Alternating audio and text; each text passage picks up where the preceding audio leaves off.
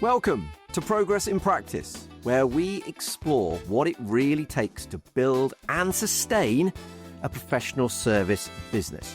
The hard lessons, the smart moves, the uncomfortable truths.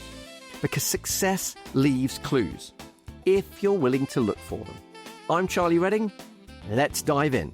So Amanda, welcome to the Progress in Practice podcast. Really looking forward to chatting to you about your business and about your background to your business. I think this sounds fascinating. So let's kick things off. For those people that don't know anything about you, who do you serve? How do you help them? And what makes you different? Okay, well, hi, Charlie. It's good to be here. So I help high-performing mid-career professionals, mainly women, but some guys as well, that are, basically they're successful on paper. They have a beautiful LinkedIn smile, but maybe inside they're feeling quietly a little bit stuck and a bit empty and maybe a bit flat. So they're usually incredibly competent people.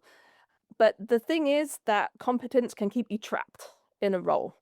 And what tends to happen is that the person grows, but the role doesn't. So there is a mismatch, and that can manifest in a number of different ways. And the thing is that the people around you are still looking at you as if you're kind of last year's version of your software rather than the 2026 version that you've stepped into. So yeah, there's a mismatch. So what I do is I help professionals to reposition their careers deliberately so that they can step into the person that they've become or becoming. Brilliant. And how do you do that? Is it one-to-one coaching? Is it group coaching? Is it online courses? What does it look like? Yes.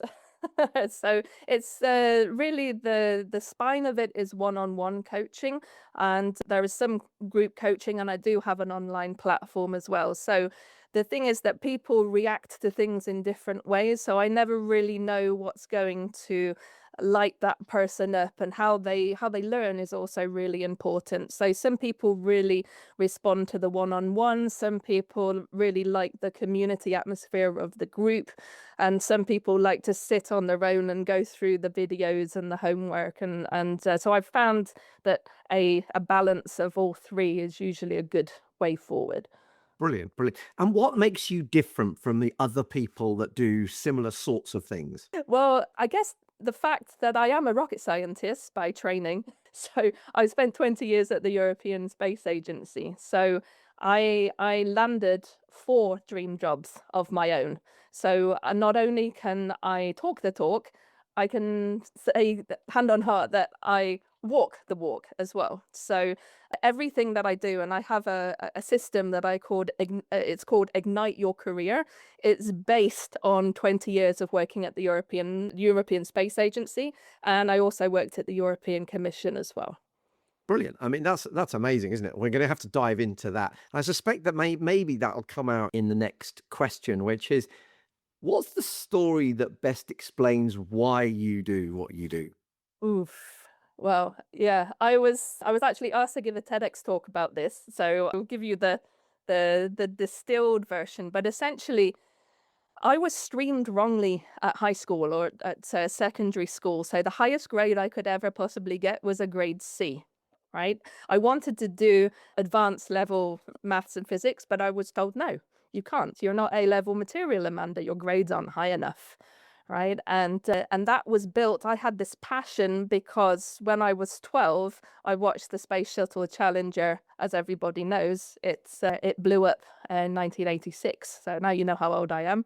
So I was 12 when that happened, and it fundamentally affected me, right? It put me on a different trajectory, a different path.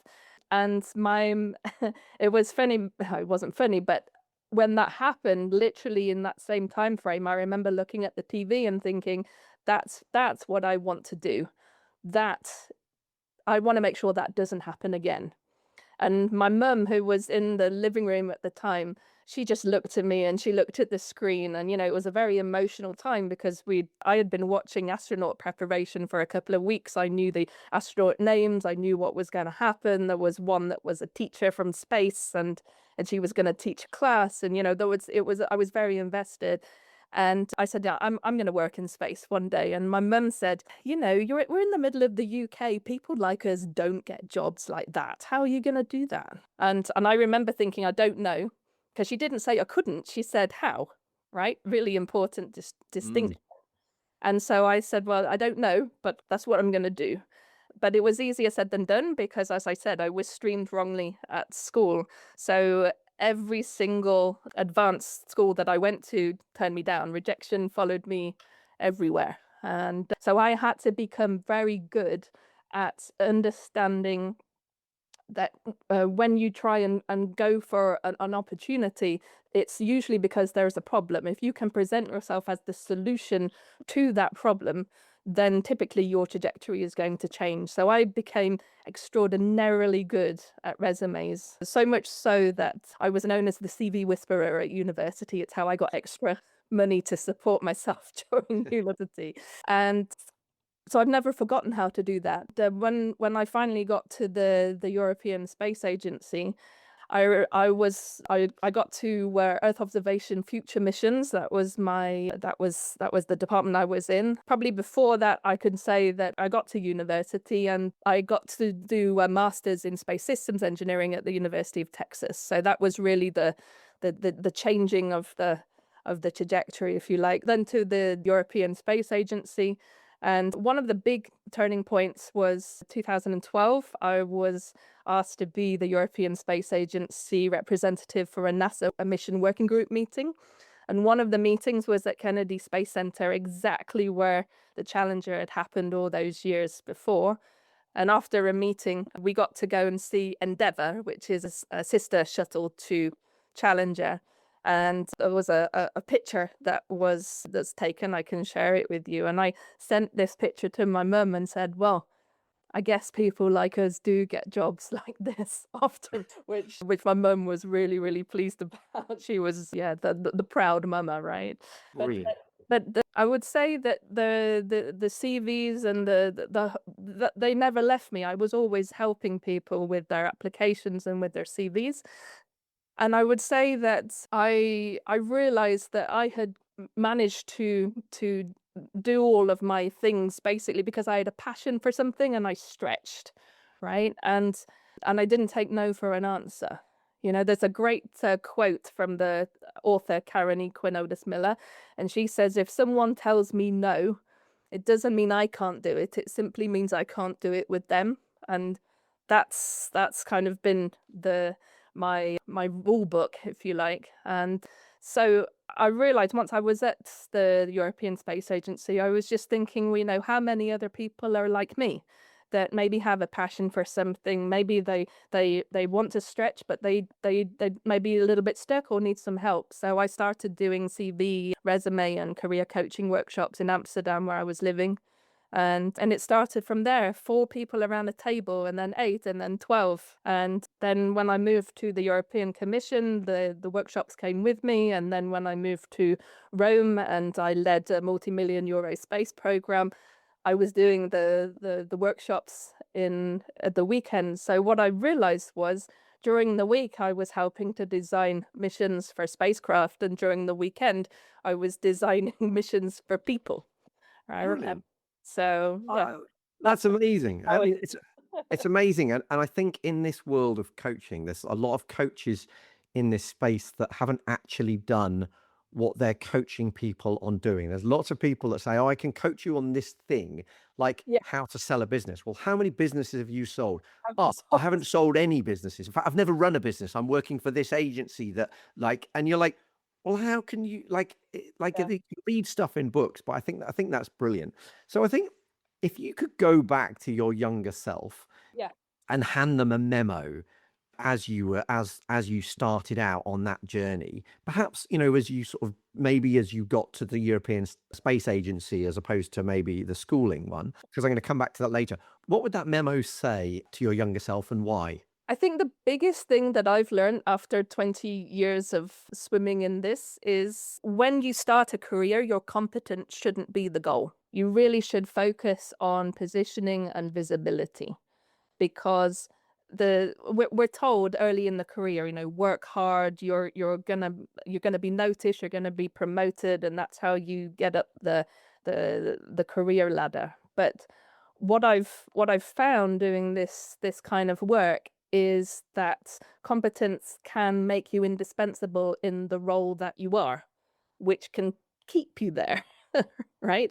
So you become the fixer, the stabilizer, the rescuer, which is great in the short term, but in the longer term, people they don't see you doing anything bigger, anything more Yeah. fulfilling. And as you grow, the role stays as it is. You're kind of like a beautiful flower trying to bloom, but the pot is staying exactly the same size.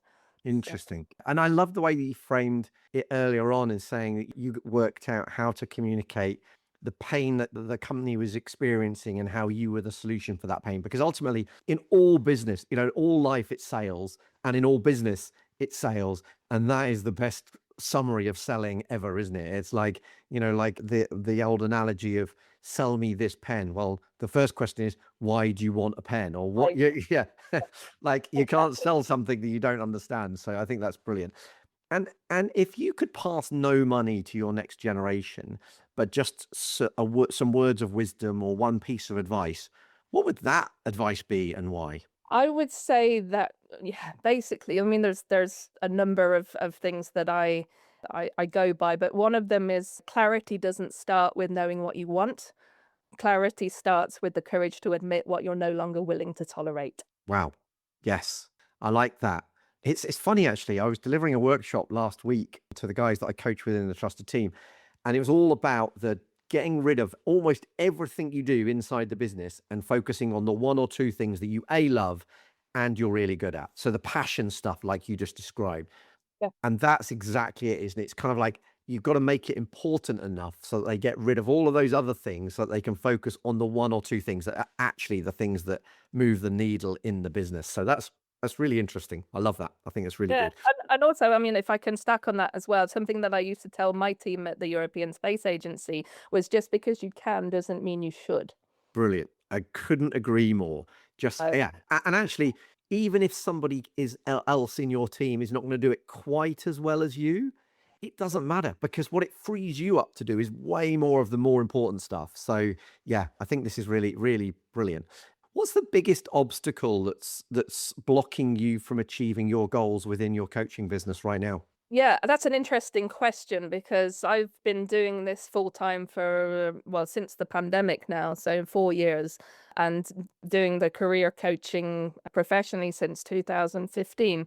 I would say that right now my biggest challenge is scaling sustainably, systematically, right? Oh, So interesting.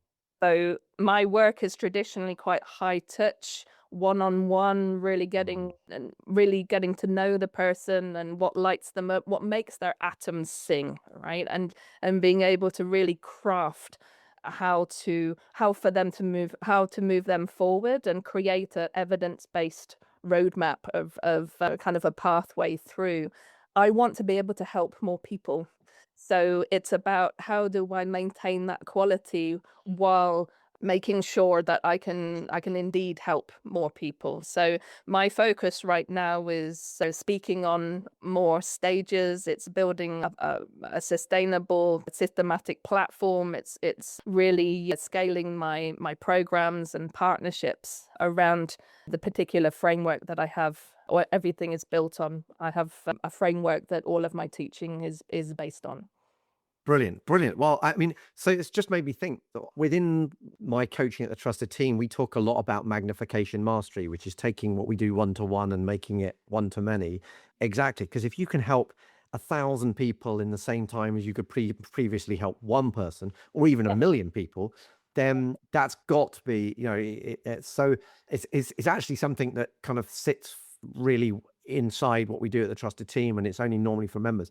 But as a thank you for coming on the podcast, I'll send you that session because it may help you on that journey. And I'll also, again, I wouldn't normally do this, but I'm thinking on the hoof. I'll put it in the show notes so that if anyone else wants to pick up on that, they can do because it's such an important principle, isn't it? Like in this day and age, we should actually be able to help literally thousands and thousands of people, but in a way that doesn't take us lots of time.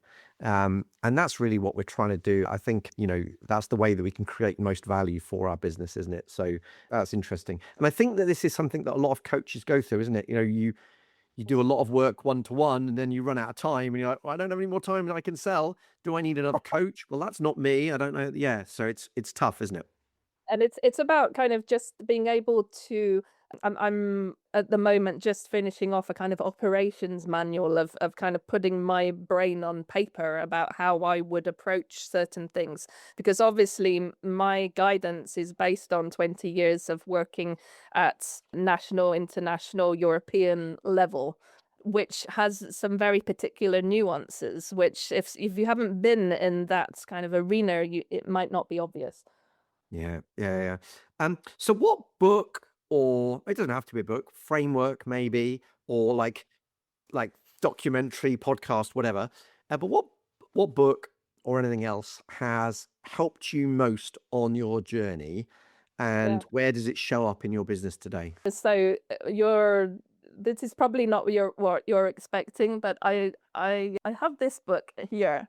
This is actually a space mission design book. Oh wow. Okay. Geez, no, that wasn't what I was expecting. So interesting. Absolutely not. So this was my space mission Bible when I was doing my grad school in the States, and as I was working up the career ladder at the European Space Agency. And I would say that for my coaching, this has really influenced my thinking quite a lot in terms of space mission design. I know this is a little left field, bear with me. Brilliant. But the thing is that working in space, it teaches you something really, for me, it's profound. I'm not sure whether the message will be able to be translated, but the thing is that no mission reaches orbit by accident. All missions are successful by design, right? So what that means is that in order to get a successful mission, in order for the spacecraft to reach the orbit that it's designed for, it means that you have to have multiple systems all aligned, all working together. And I use that in my own framework. I call it Ignite Your Career. And I have 6 different engines, 6 different systems that work all together.